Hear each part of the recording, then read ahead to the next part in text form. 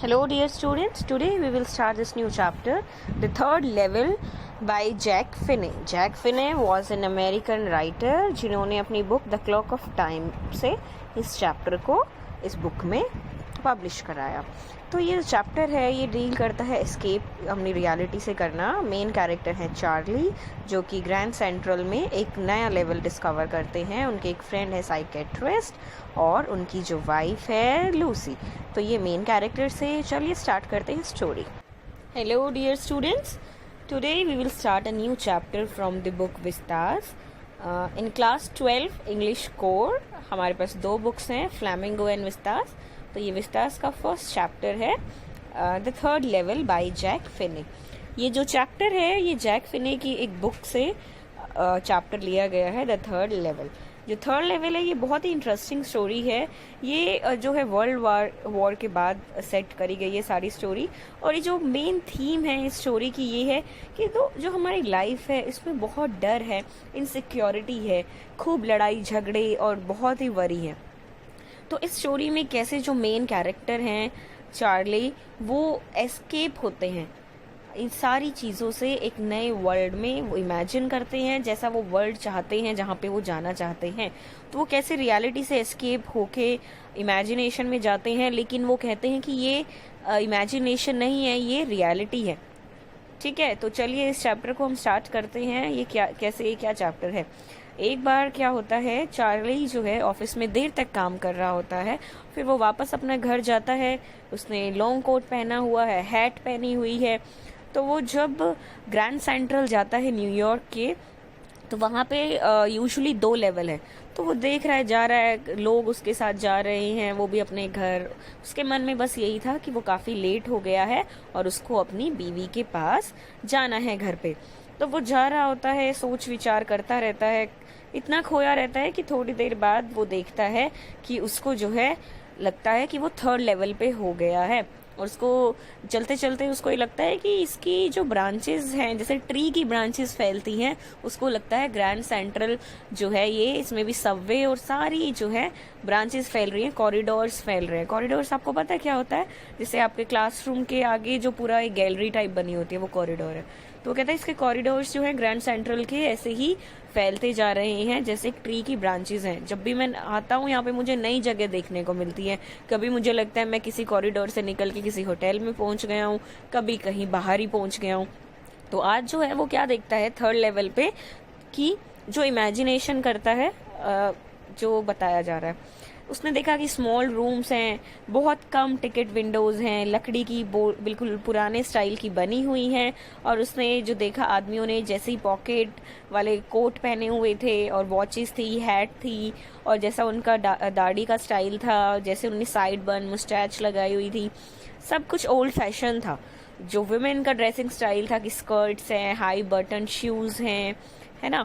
और भी जो जितनी भी उन्होंने चीजें देखी सारी, फ्लेम की गैस लाइट्स, ठीक है, फिनल शेप्ड स्टैक। और जो फिर उसने सरप्राइजिंगली न्यूज़पेपर पे देखा, न्यूज़पेपर उस टाइम का बड़ा फेमस था, द वर्ल्ड। उस पे जो उसने डेट देखी वो लिखी हुई थी 11 जून 1894। तो अब जो है चार्ली को लगा अच्छा मैं इस टाइम पे आ गया। उसको लगा कि उसने जो है टाइम विजिट किया है। कई सीरियल्स साइंस फिक्शन में ज्यादातर दिखाते हैं ना कि टाइम ट्रेवल होता है। तो यहाँ पे चार्ली को लगा कि उसने टाइम ट्रेवल किया है और वो बैक 1894 में पहुंच गया है। तो उसने ना वहाँ जो टिकट काउंटर थे वहां से 2 टिकट खरीदनी चाहिए, गेल्सबर्ग की। ये एक विलेज है जहाँ पे उसे जाना था। ठीक है, उसने लगा एक मैं और एक मेरी वाइफ भी जाएंगे। तो लेकिन उसने देखा कि उसकी जो करेंसी थी वो मॉडर्न थी, क्योंकि वो फ्यूचर से आया है, और वहां पे जो है करेंसी दूसरी एक्सेप्ट कर रहे थे। तो उसको जो है टिकट नहीं मिलती। तो जब वो इससे बाहर आता है सब चीज से, तो वो देखता है कि क्या मैं सच में गया था, क्या हुआ क्या मेरे साथ। लेकिन वो श्योर था कि थर्ड लेवल है। तो वो अपने एक साइकियाट्रिस्ट फ्रेंड के पास जाता है, सैम। और सैम जो है उसकी बात पे यकीन नहीं करता और उसको बोलता है कि ये तो तुम्हारा जो होता है ना, जीते जागते आप चलते चलते ड्रीम देख रहे हो।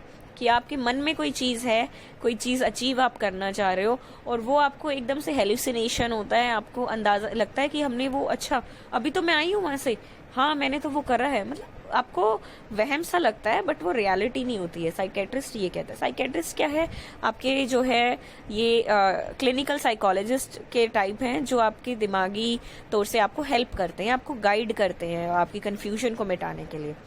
उनकी वाइफ जो ल्यूसा थी वो भी सुनती हैं और बड़ी चिंता करती है कि ये कैसी बातें कर रहा है, और वो भी यकीन नहीं करती है उसकी बातों पे।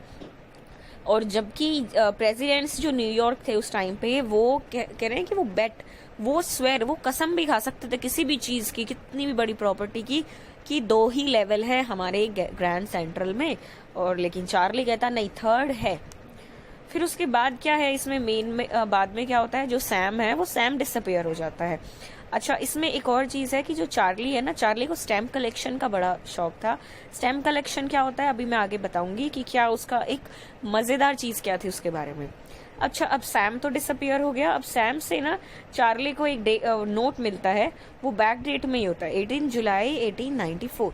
तो उसमें सैम उसको बोलता है कि 3rd लेवल को ढूंढते रहो मेरे दोस्त, मैं 3rd लेवल पे पहुंच गया हूँ, मैं बहुत पीसफुल लाइफ बिता रहा हूँ, मैंने नया बिजनेस स्टार्ट कर लिया है और बड़ी हैप्पी लाइफ इंजॉय कर रहा हूँ।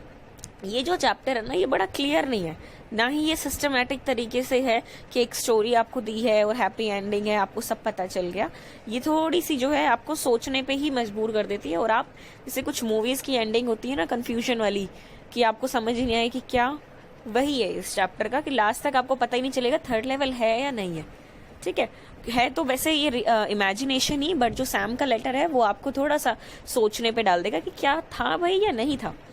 अच्छा, फर्स्ट डे कवर क्या होता है कि जो ये स्टैम्प कलेक्शन का जो शौक रखते थे, तो वो क्या करते थे, जिस दिन नई स्टैम्प रिलीज होती थी, ये स्टैम्प नई नई रिलीज होती है ना, जो लेटर के एनवेलप पे लगा के हम लोग पोस्ट करते हैं, तो ये जो स्टैम्प थी जिस दिन रिलीज होती तो एनवेलप पे वो लगाते और उसके अंदर ब्लैंक पेपर डाल के एनवेलप पे और अपने ही घर पे अपने ही एड्रेस को क्या करते, पोस्ट कर लेते थे, और उसको एनवेलप को खोलते नहीं थे क्योंकि उनको बस स्टैम्प चाहिए थी। तो इस तरह से they used to collect different stamps.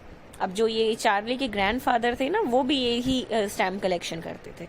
अच्छा, अब चलिए चार्ली के बारे में कैरेक्टर स्केच करते हैं। चार्ली वॉज 31 ईयर्स ओल्ड, एक साधारण सा आदमी था।